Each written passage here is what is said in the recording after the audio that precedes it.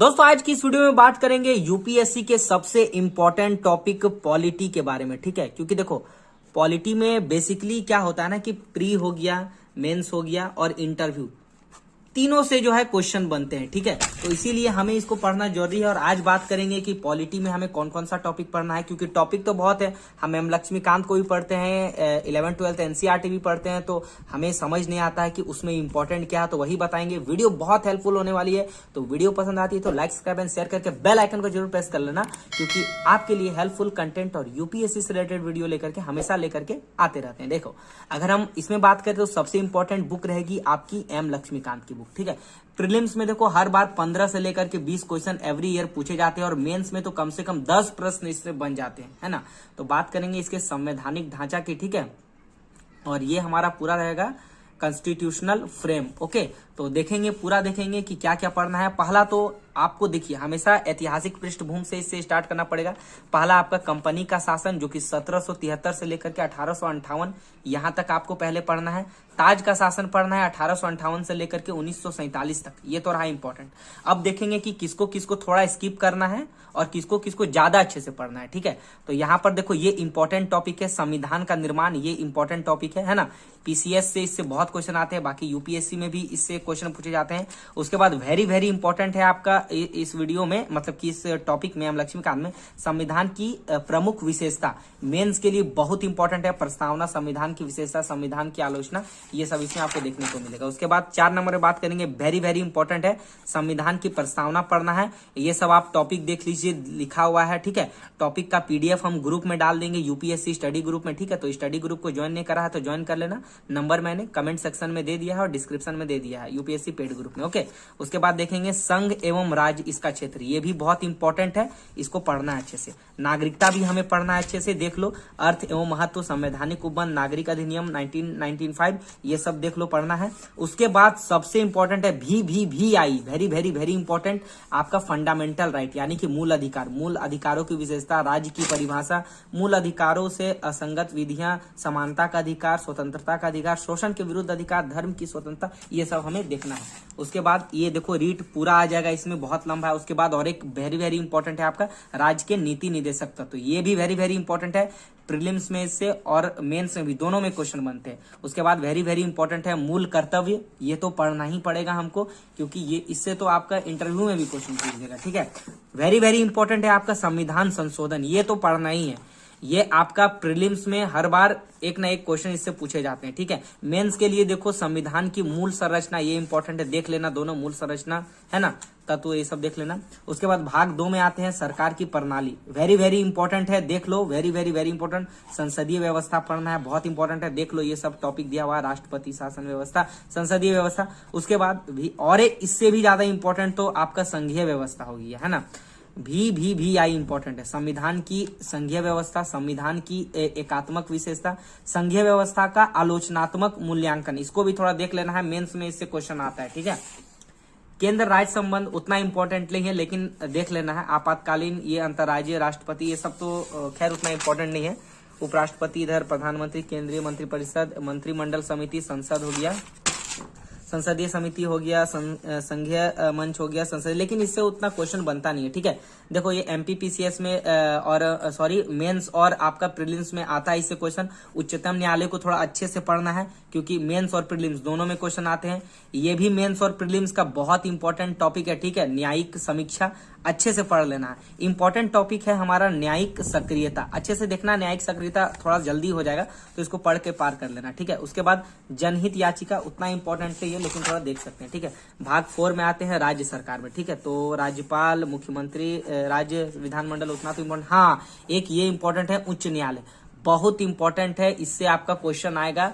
और जहां का उच्च न्यायालय है भाई, आप जिस राज्य में रहते हो उतना तो नॉलेज होना चाहिए, ये तो आपको इंटरव्यू में पूछेगा। इंपॉर्टेंट है आपका अधीनस्थ न्यायालय भी बहुत इंपॉर्टेंट है, देख लेना, इसमें संवैधानिक प्रावधान है, संरचना है, और इसमें देख लेना उच्च न्यायालय का गठन हो गया, स्वतंत्रता हो गया, न्याय क्षेत्र और शक्ति, ये सब देख लेना, है ना, क्योंकि मेंस में भी इससे क्वेश्चन आएंगे और हमेशा आएंगे ही आएंगे।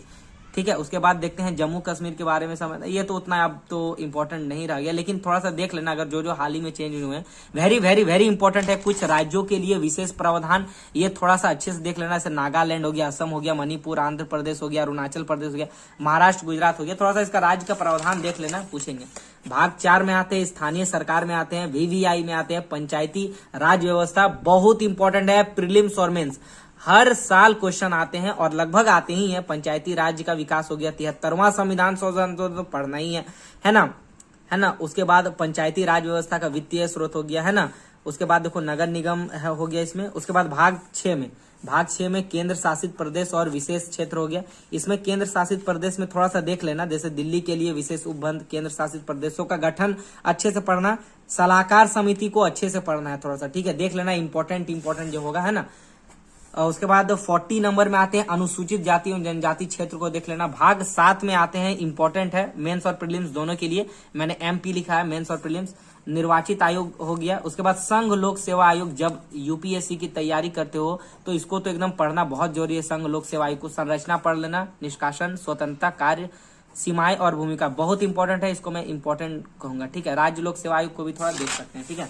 उसके बाद और देखो भाई, ये बहुत इंपॉर्टेंट है, वीवीआई। देखो इतना इंपॉर्टेंट चीज डिस्कस कर रहे हैं तो थोड़ा सा लाइक, सब्सक्राइब एंड शेयर करके बेल आइकन को जरूर प्रेस करना।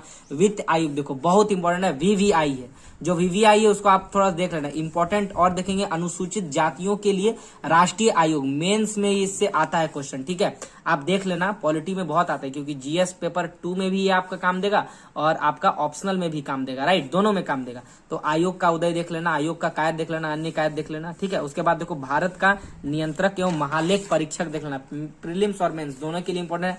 नियुक्ति देख लेना, स्वतंत्रता, राज्यकर्ता भूमिका, कैग को थोड़ा सा देख लेना, ओके। तो ये सब वीवीआई है, देखो जो जो बहुत इंपॉर्टेंट है उसको हम वीवीआई कर दे। वेरी इंपॉर्टेंट है आपका भारत के महान्यवादी, इसको थोड़ा सा भारत के महान्यवादी को अच्छे से पढ़ लेना। नियुक्ति देख लेना, शक्तियां, और इसमें सबसे ज्यादा है महाधिवक्ता को थोड़ा देख लेना, ठीक है। राज्य का महाधिवक्ता हो गया, तो ये तो उतना नहीं है। भाग 8 में आते हैं हमारा गैर संवैधानिक निकाय, भी आई है, मतलब बहुत इंपॉर्टेंट। नीति आयोग तो पढ़ना ही है, क्योंकि नीति आयोग नया भी है, तो इसको थोड़ा सा अच्छे से पढ़ना है। स्थापना गठन को देख लेना है, ओके। राष्ट्रीय मानवाधिकार से तो अभी तो उतना नहीं है, तो नीति आयोग को देख लेना। उसके बाद देखो अभी बहुत सारा है। केंद्रीय सूचना आयोग हो गया, बहुत इंपॉर्टेंट है, लेकिन इंपॉर्टेंट है ये एसएससी के एग्जाम में देखा जाता है और भी एग्जाम में, लेकिन यूपीएससी में तो उतना वेटेज नहीं रहता, लेकिन थोड़ा सा देख लेना, ठीक है।